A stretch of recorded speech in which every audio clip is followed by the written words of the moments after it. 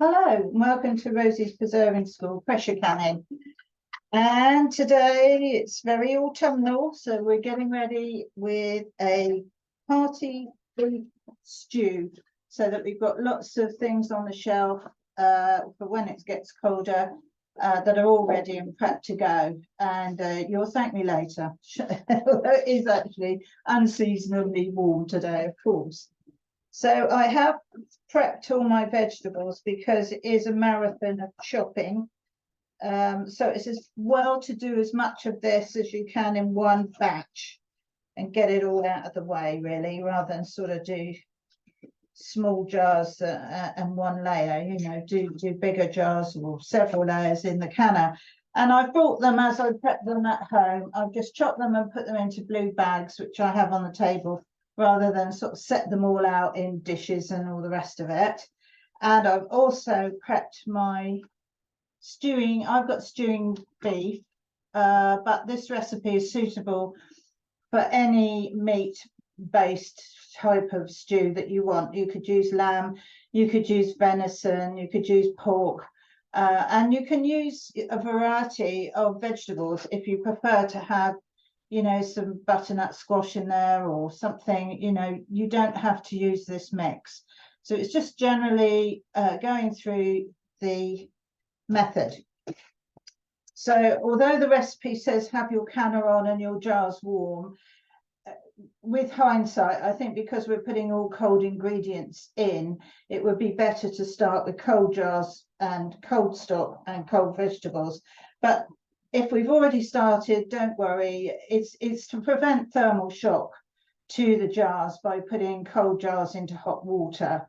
I haven't put my canner on yet because we've been messing about trying to get the cameras to work. So, but if you have, don't worry, I've got hot stock, cold vegetables and not much else. So ideally you should keep cold or hot canner, hot vegetable, hot filling, and hot jars and that kind of thing.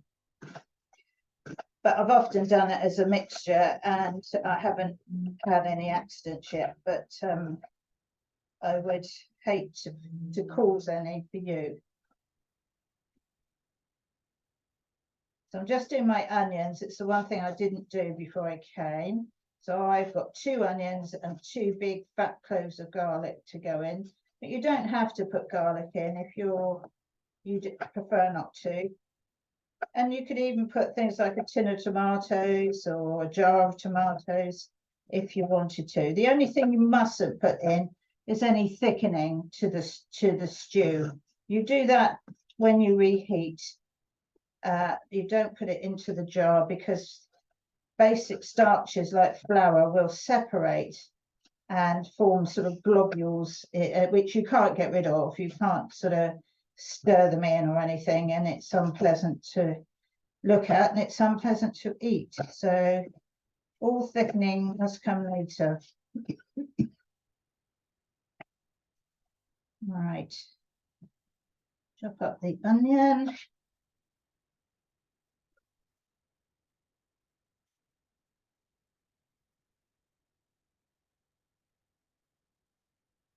Now I'm using celeriac, which I put in the recipe. I like it because it's firm and it's not as watery as celery. So, and it's got very good flavour. It's seasonal, it's around at this time of year, and it's not that expensive. So look out for that. It's a good one to use. Bit difficult to prepare, very knobbly, but if you've got you need a big knife that can cope with chopping all the way through and a sharp knife, and then you're okay. Right, just do these big fat garlic cloves.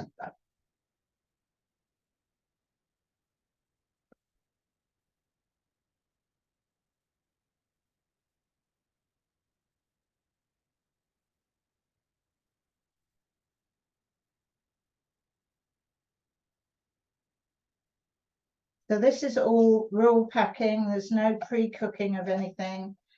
And it's a very good method for doing this sort of layered meal in the jar almost.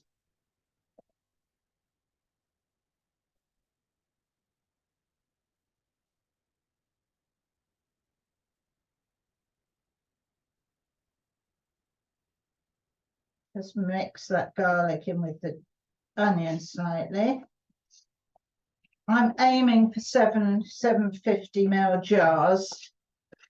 I may not make that. I may make a bit more. I'm not sure at this stage. You never know how the vegetables are going to sort of chop up and to be a sort of accurate measurement. Get my meat undone. Now, oh,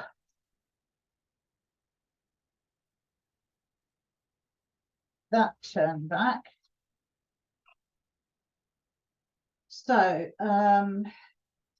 where shall I put? If I put that up there, you can sort of see it in the camera. Okay, as I go. So I've got, you put the meat in at the bottom. So I'm going to try and even this out between the 7 jars and put it as sort of neatly as you can so you don't create big air pockets to start with.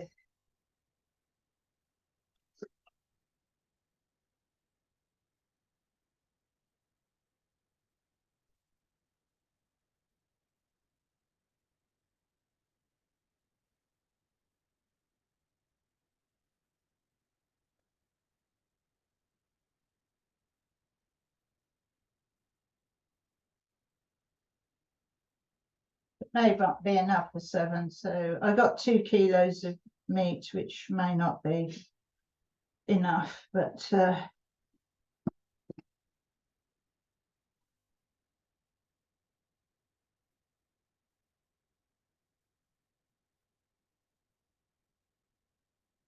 I did trim it to cut it a bit smaller because it was in huge chunks and I would only have been able to put that 1 or 2 in each jar, which would be a bit silly. Enough for 1 more.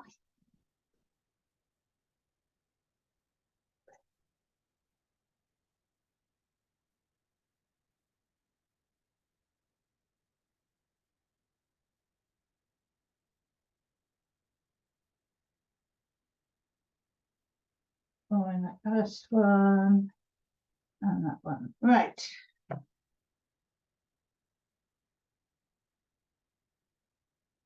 Bag finished.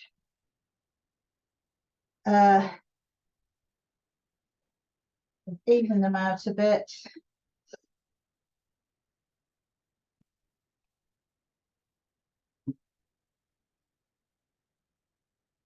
So then I'm going to put the onion and garlic in on the top of that.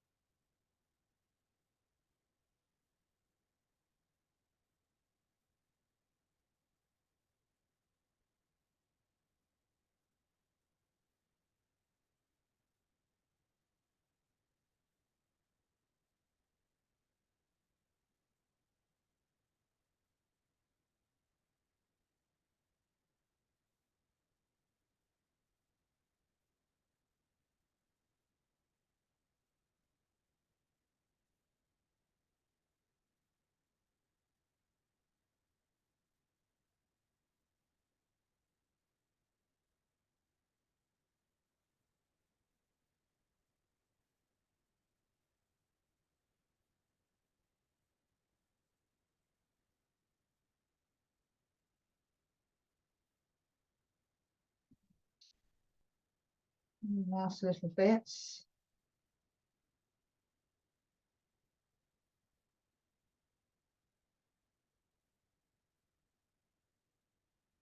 So far, so good.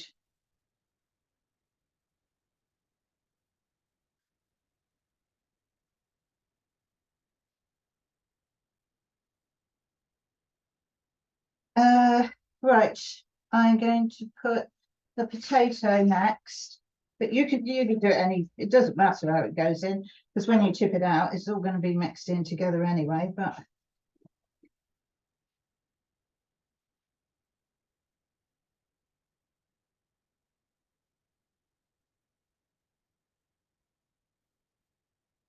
just going to put my candle on to start heating up.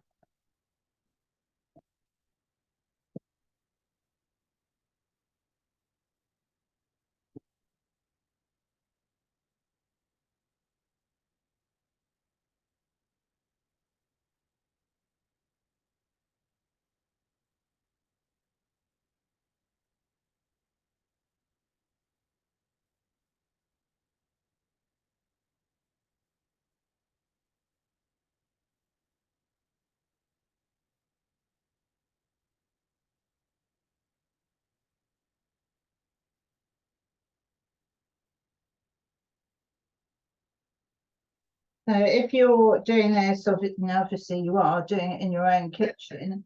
As you go, if you feel you need a bit more of something, you can always quickly prep it and pop it in. So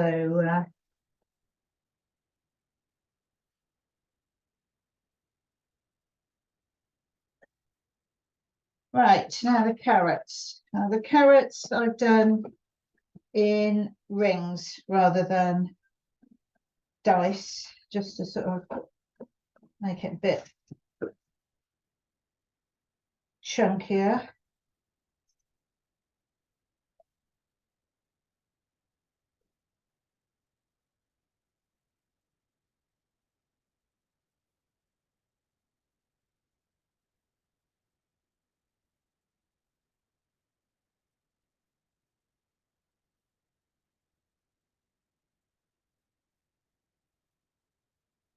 I probably should have done an extra one. Never mind, I'll pinch a ring out of the other jars.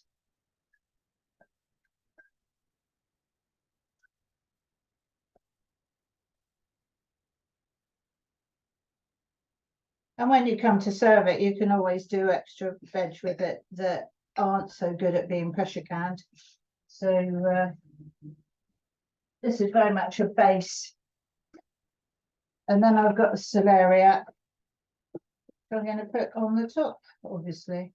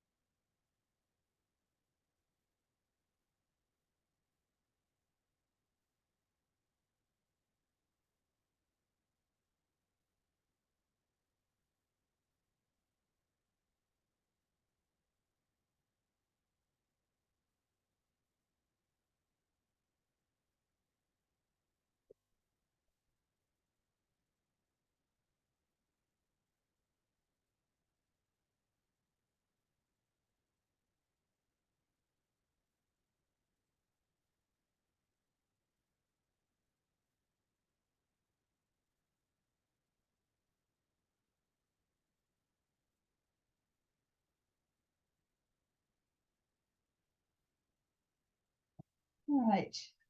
So what you can do with this is push it down quite well and keep filling the jars till they're filled right up, because they will shrink down, because it's all raw, it will shrink down in cooking. So you can fill it slightly higher than the headspace if you want to. Now, because I haven't prepped quite enough of the carrots, what I'm going to do is put some just a spoonful of beans on the top of each of these, just to fill the jars, and that will cook down into the stew. I'm trying to find the beans I want. Bear with me.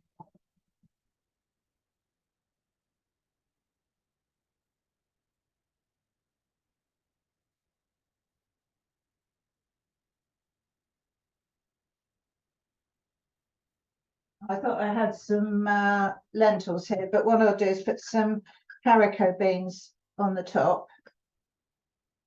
And now just cook in the stock.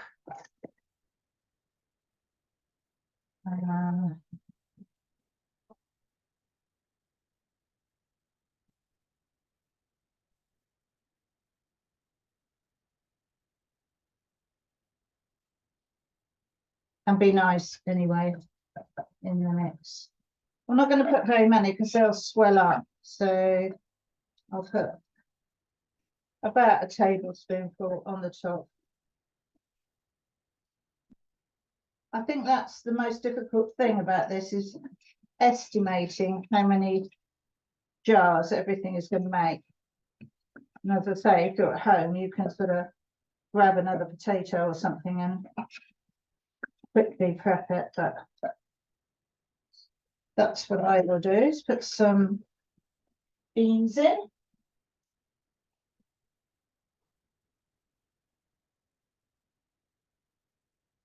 Right, now I'm not going to season it with salt because I've got my stock that is made with salt. I've got some black pepper, which I'm going to put just the end of a teaspoonful in, so about a quarter teaspoon will be plenty.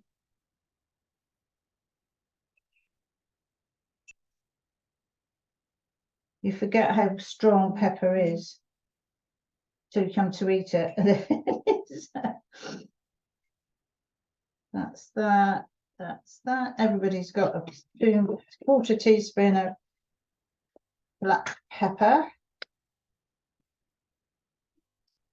And then I'm going to put some thyme in, which is my sort of go-to herb, really. Especially cunning or anything else. So I'm going to put about half a teaspoon in the jar.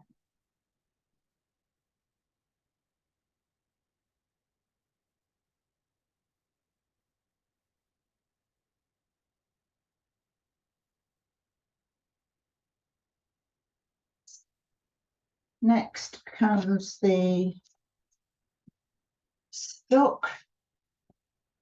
Oh, now I'm going to find my ladle. I can ladle it in, otherwise it pours all over the table.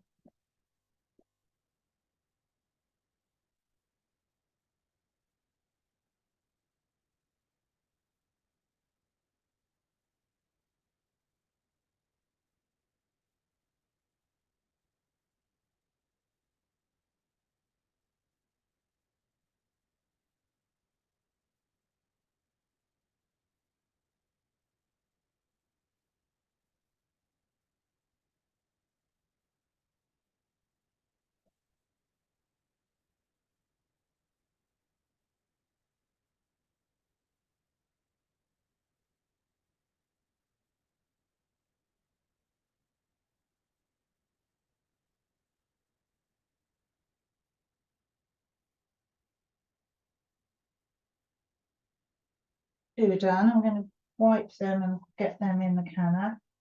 So I've got a bit more room. Got my vinegar here.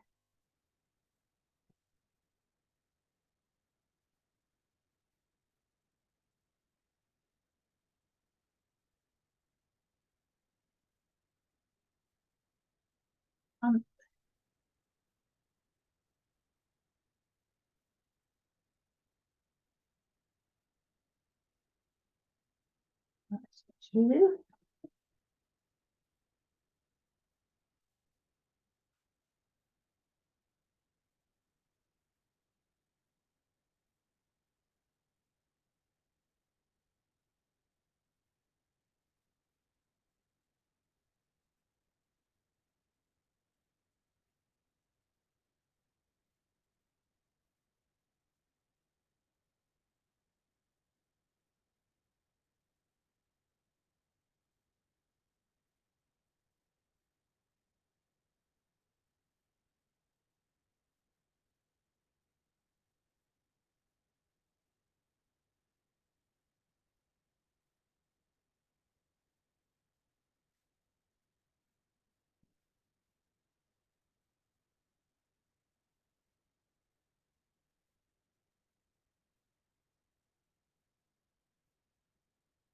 Now you noticed I haven't debubbled it because there's so many layers and so many holes. I'm going to sort of trust that as it cooks and softens, it will find its own level.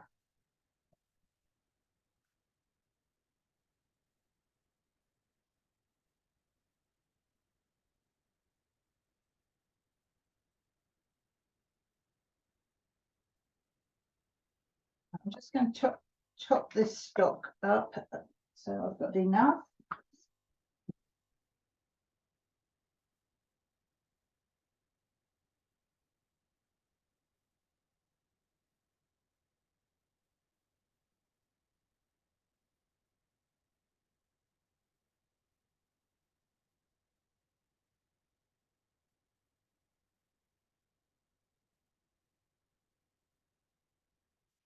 Pour it out. There we are.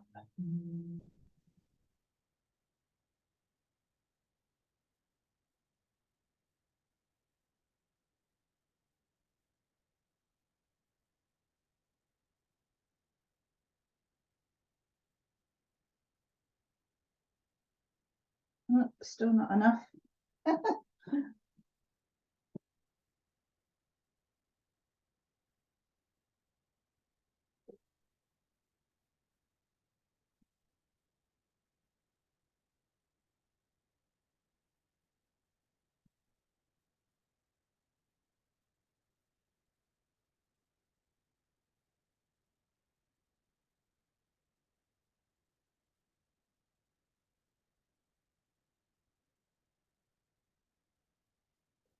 Right.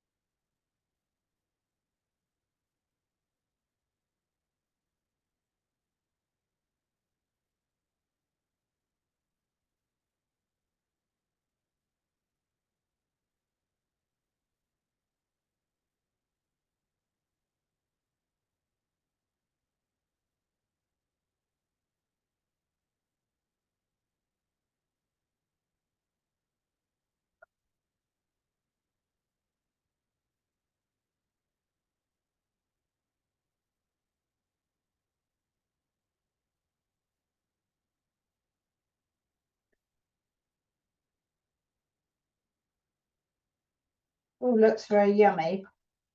It smells great. And I think if you go out for a sort of winter walk and you come back, you know you've got one of these to open, or you could even leave it in the slow cooker on a very low setting while you're out. Do some jacket potatoes or something and it will be ready to go when you got back.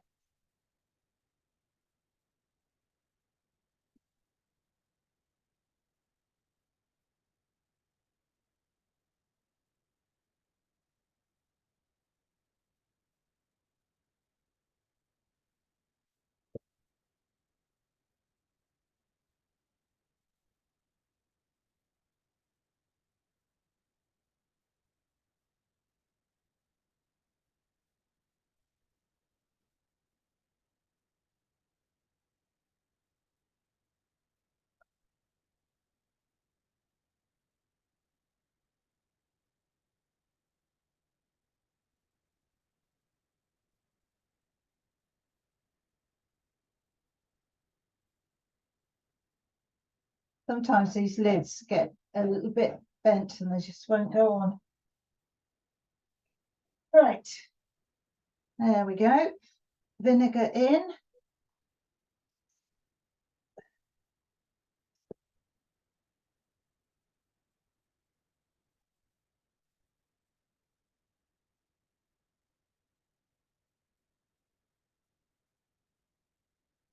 Turn this round a bit. No, it needs to be right round because otherwise we can't see the gauge.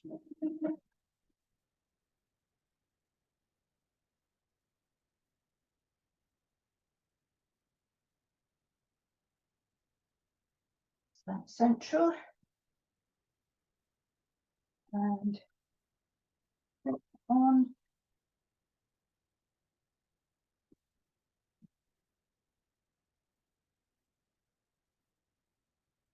the heat up.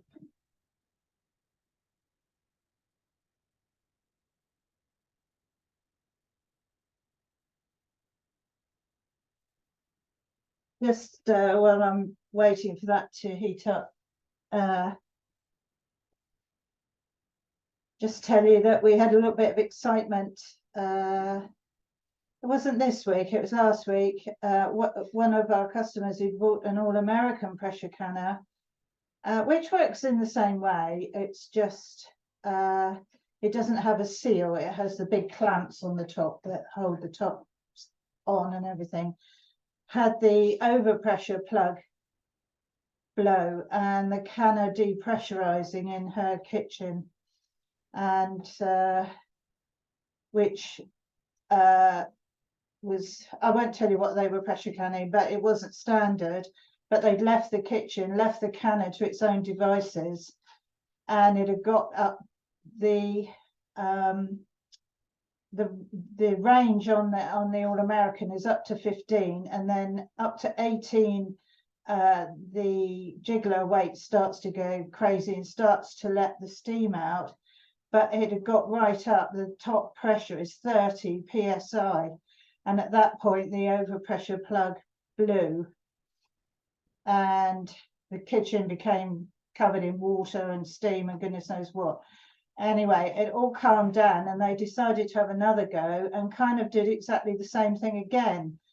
But they didn't replace the overpressure plug. It's single use only. If you ever get to the point where that is deployed by you leaving the canner to its own devices on too high a heat, and the overpressure plug blows and releases all the pressure immediately, then that plug is no good. You can't re-affix it and start again. So we're waiting now at the moment because we don't have them. We have the Presto ones in stock, but we've never had to issue one to anybody.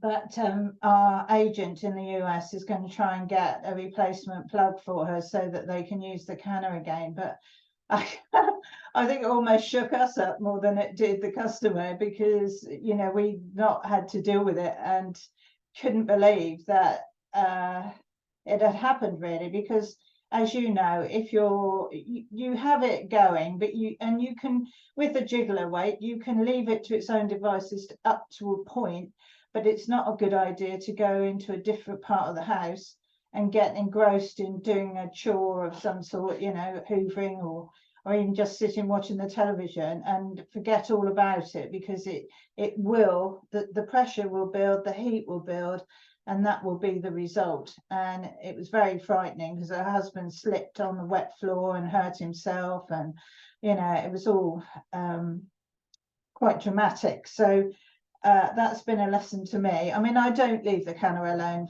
I go into the kitchen here and I come back, but you can hear if it's getting too crazy and you can turn the heat down. But if you go off and leave it on its own for sort of half an hour, then that is an event that can happen. And I don't really want anyone else to ever be reporting that to me, because it was quite 2 or 3 days of anxiety, really, of trying to get to the bottom of what they'd actually done. So just be careful is all I'm saying. Okay, I'm going to go and clear all my stuff up, and when we're venting and so on, I will come back and talk you through the other things that I want to tell you before we go off and wait for the processing to happen. Okay.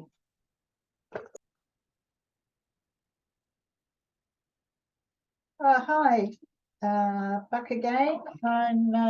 I've got about 1 minute 20 to go on the venting. I'm just taking the opportunity to label up some of the things we've made recently, which I haven't done, unfortunately. I keep peering at things thinking, oh, what's that in there? And it's a good idea to do it as you go and not leave it, because you soon forget. And these are the mushrooms, so I hope I know what mush is in future. I stick it on the seal, then when I throw the seal away, I haven't got to get a paper label off the glass. Let's find some shelves to put these on later.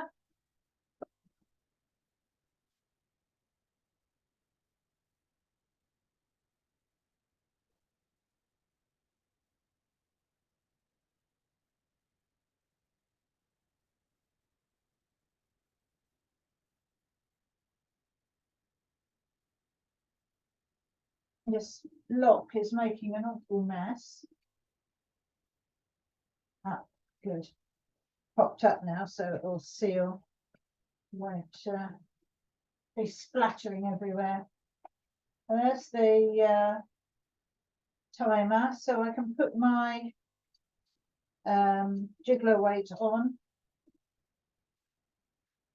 and then wait for the pressure to rise.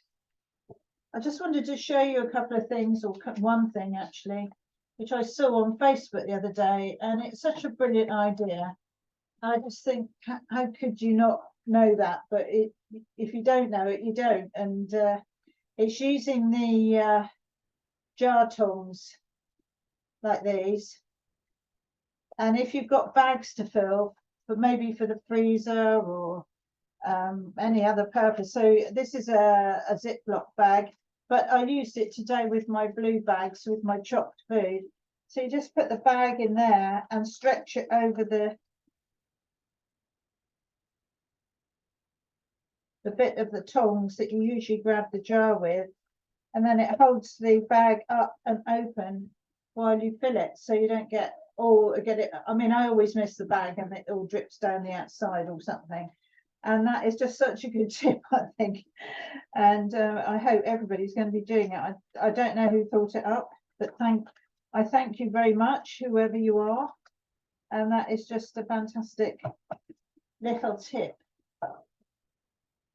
So I'm not going to be showing you any sort of supper ideas today, because we've got something completely different. And the stew, I don't want to sort of dip straight into that. So I just wanted to talk about what we're doing at Love Jars with pressure canning. This building from November hopefully will be open again for pressure canning. Not exactly customers, you know, people who want to come and see canning in action. They can come by appointment, and I will be cooking. They can look at the equipment, they can ask any questions they want. So it will be the UK Pressure Canner Centre. I steered away from calling it PC World for obvious reasons. So it will be the UK Pressure Canning Centre, and we will have equipment here. We have all the food on display that I make, that we eat at home. It's sort of my store cupboard, really. It's only a tiny building, but I probably won't be filming when people are here because it'll be too disruptive. So our filming dates will go ahead as usual. We've got a few left for this year, and then they are going to be in the library. Next year I won't be doing live sessions, because basically everything you need to know across all the different food groups and everything is in those videos. So they will be there for other people to access in the future, as they can access the other kind of standard preserving workshops in the library. Moving on from that and building on that, and this may be something that you feel you could do yourself, or you might know somebody it might apply to. The Pressure Canning Centre is going to support pressure canning clubs across the country, and people who can already pressure can set up their own club in their own locality, either with using a village hall or using their own kitchens, and just basically show other people what I've shown you. You know, the steps through. You will have access to the videos, free access to the videos. I mean, you've already got them, but if somebody else joins or wants to do this who hasn't, then it will include that, and it will include discounts on kit and so on that can be sold on to the people that you're interacting with. We'll supply discounted items either to you or direct to them if you don't want to be tied up with that. It's not a pyramid selling type thing or party plan or anything like that. It's just trying to get more people who perhaps are afraid of pressure canning comfortable with the idea. I've got one lady who approached me. It's something I've had in the back of my mind for a long time, and we have had a couple of goes with standard preserving in the past with a sort of club setting, but pressure canning is such a particular subject. And this lady approached me. She's going to be actually in Trisha's part of the world in North Dorset, and she's basically going to go to she's going to pick several village halls in her area and do a demonstration there, and then invite people to join. So, and you handle all of that yourself and take any profit from, you know, a club membership and all that kind of thing. We're not going to control any of that or get involved in it. So that bit of it is, you know, however, you might not want to make a profit from it, or you might want to start it as a little business. You know, it's entirely up to you. But she's going to advertise it by doing demonstrations, and then people can go to her, whether or not they've got any kit, and either watch her do it or help her do some pressure canning and just get comfortable with it face to face. So that's, I hope that will blossom. I don't think it will go off, you know, like a rocket. And I understand that people that have quite new to it themselves will perhaps be a bit reticent of teaching other people. But at the end of the day, if you've been pressure canning for the best part of a year, you're going to know a lot more about it than people who've never done it. And I think the way forward in this country is for communities to help themselves. And I don't think anybody's coming to save us any day soon with the way things are going. So it would be great to utilise what produce is around. And the lady concerned has a very large garden with lots of produce. In fact, she's got a field with lots of produce that is on part of a farm that she lives on. It's not her farm, but she has some of the land to grow things. So she's going to get people picking things, prepping things, and then pressure canning them with her. And she'll either give them some to take home, or I don't know how she's going to run it. But basically it's the teaching and getting people comfortable with it and talking to each other and to other people. There's only one of me to do this, and I can't cover the ground really. So if you know of anyone that would like to do that, they can get in touch with me by email or phone me, and I'll chat them through it. And it's not all sort of rigid. We're going to take it forward as best we can and make it what everybody wants it to be, rather than a sort of corporate setup. So let me just check my pressure. We're nearly up to pressure there. I'm looking at the starting of this to coincide with the workshops next year, our standard workshops, and we always begin those in February, the first week in February. So hopefully this will be off the ground by then, and people will be raring to go, and there'll be perhaps 2 or 3 people around the country that will feel that they can do this. Carrie, the lady that is already going to take it forward, is doing once a month to start with, to see how it goes and to see what people want to do. And it could be an ad hoc arrangement. It doesn't have to be once a month rigidly. It could be when there's lots of produce around that it's more often than that. And it also means the equipment gets used efficiently. If everybody comes together to prep things and then it's pressure canned, and then you share it out. That is, I think, an ideal way of going forward. Not everybody has to have their own pressure canner, I don't think, especially in a small community. It should be possible to work collectively and grow things collectively. But I just thought I'd bring that to you, and so that you can have a think about it, and you know where I am if you want any other details. And it would just be the pressure canning club, I think. It's no need to be more complicated than it needs to be.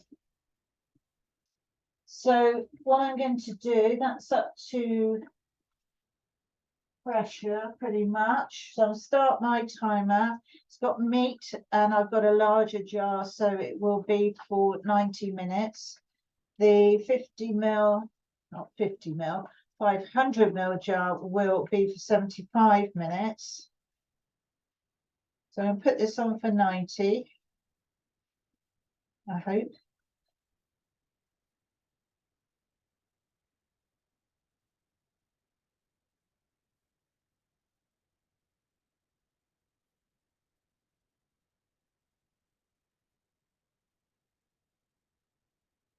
That's that. So that's 60. That will be 5. So that will be about 5:30, 5:45. We're going to be working here because we've got a lot of bits and pieces to see to get ready for the opening the centre. So I will come back today once the canner is depressurized and open it, and we'll film that. But if you don't feel that you want to come back for that, then you don't worry. I know that you know what you're doing, so you know, if you just want to sort of go on with your own timing, that's fine. But for the sake of the video, we'll come back and complete it a bit later on. Okay, so hope you're all okay, and ask me any questions if you want to. But if you're all okay, I'll see you or not a bit later on. Okay, welcome back. And I've taken off the jigger weight, and the canner is unlocked. So it's still pretty hot and steamy, but I can take off the lid now. And then tip it away from myself so that the steam doesn't catch my face.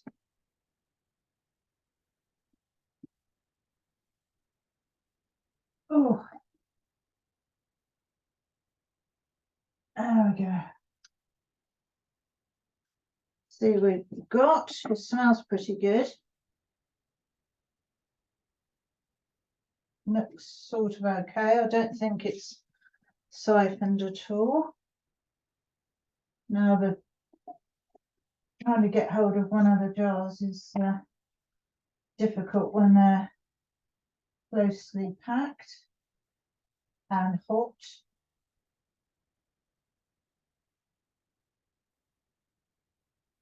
Whoop. See what I've got. I can help it with.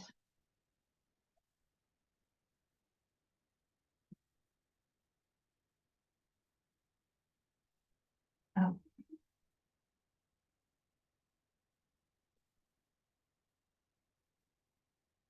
I never learned not to do 7 jars.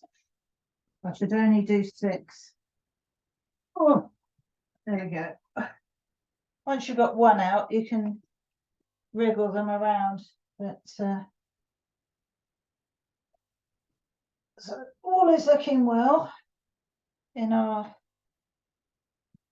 jars of stew and vegetables and a few beans on the top. That worked well, just to fill the jar. And we'll mix in nicely when it's reheated.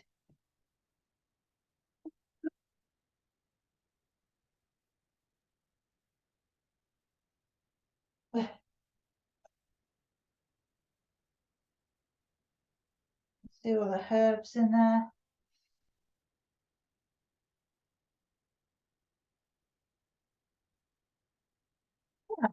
think that's going to be really tasty. As I said, you can mix and match, you can try different meats, different herbs, different vegetables, but to suit your family and tastes and so on.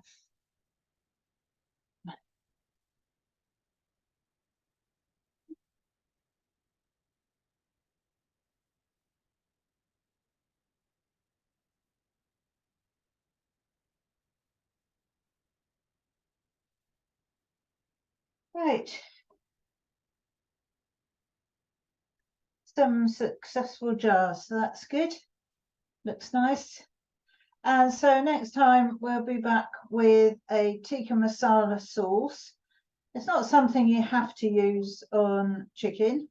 You know, you could have a vegetable curry or something like that and use this sauce. It's delicious and very useful to have on the shelf for those sort of instant meals.